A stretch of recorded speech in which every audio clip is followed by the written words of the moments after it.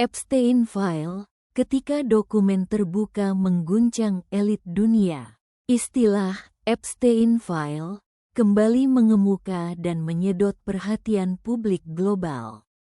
Bukan karena kisah baru tentang Jeffrey Epstein semata, tokoh yang telah meninggal dunia pada 2019, melainkan karena dokumen-dokumen pengadilan yang dibuka ke publik memunculkan kembali pertanyaan lama.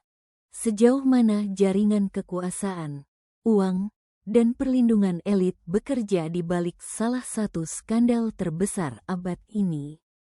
Epstein bukan figur biasa. Ia adalah finansier kaya dengan akses luar biasa ke politisi, pebisnis, akademisi, hingga tokoh hiburan papan atas.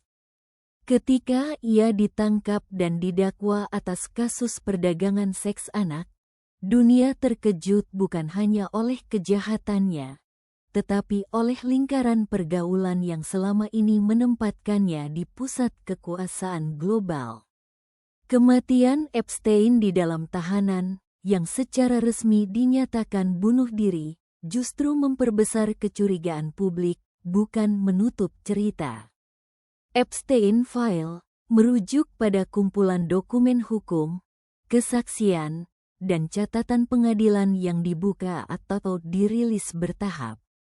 Di dalamnya terdapat nama-nama yang disebut dalam konteks pergaulan, perjalanan, atau komunikasi dengan Epstein. Penting digarisbawahi, penyebutan nama tidak sama dengan pembuktian kejahatan. Namun bagi publik, transparansi ini membuka ruang pertanyaan yang selama bertahun-tahun tertutup rapat.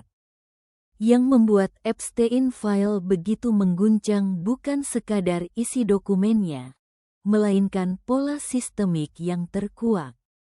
Bagaimana seseorang dengan tuduhan berat bisa lama beroperasi tanpa hambatan? Bagaimana relasi kekuasaan dapat menciptakan lapisan perlindungan tak kasat mata? Dan mengapa korban membutuhkan waktu begitu lama untuk didengar?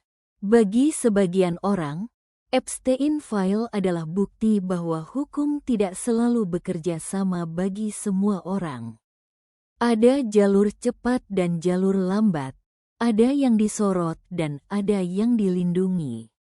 Ketika dokumen dibuka, publik menyaksikan fragmen realitas, lobi, pengaruh, dan reputasi seringkali menjadi tameng yang efektif hingga sorotan tak lagi bisa dibendung. Di era digital, Epstein File juga menunjukkan bagaimana ingatan kolektif publik bekerja. Dokumen hukum yang kering bisa menjadi bahan diskursus luas, meme, analisis jurnalisme investigatif, hingga tuntutan etika. Masyarakat tidak lagi puas dengan kesimpulan resmi, mereka menuntut konteks, akuntabilitas, dan kejelasan. Namun ada bahaya lain yang perlu diwaspadai, trial by public opinion. Ketika nama-nama besar disebut, godaan untuk menyamakan disebut dengan bersalah sangat kuat. Disinilah tanggung jawab media dan pembaca diuji, memisahkan fakta, tuduhan, dan spekulasi, sambil tetap menuntut keadilan bagi korban. Pada akhirnya, Epstein File bukan sekadar arsip. Ia adalah cermin tentang bagaimana kekuasaan dapat melindungi, bagaimana sistem bisa gagal, dan bagaimana transparansi menjadi alat penting untuk mencegah pengulangan. Ia mengingatkan bahwa kejahatan seksual berbasis kekuasaan bukan anomali, melainkan risiko nyata ketika akuntabilitas melemah. Pertanyaan besarnya kini bukan hanya siapa yang ada di dalam dokumen, melainkan apa yang berubah setelah dokumen dibuka. Apakah ada perbaikan sistemik? Apakah korban mendapatkan keadilan yang layak? Ataukah Epstein File akan berlalu sebagai sensasi sesaat, ramai, lalu sunyi? Jawaban itu masih berjalan. Namun satu hal jelas, ketika dokumen dibuka, ketertutupan kehilangan daya, dan publik kembali memegang peran penting sebagai pengawas kekuasaan.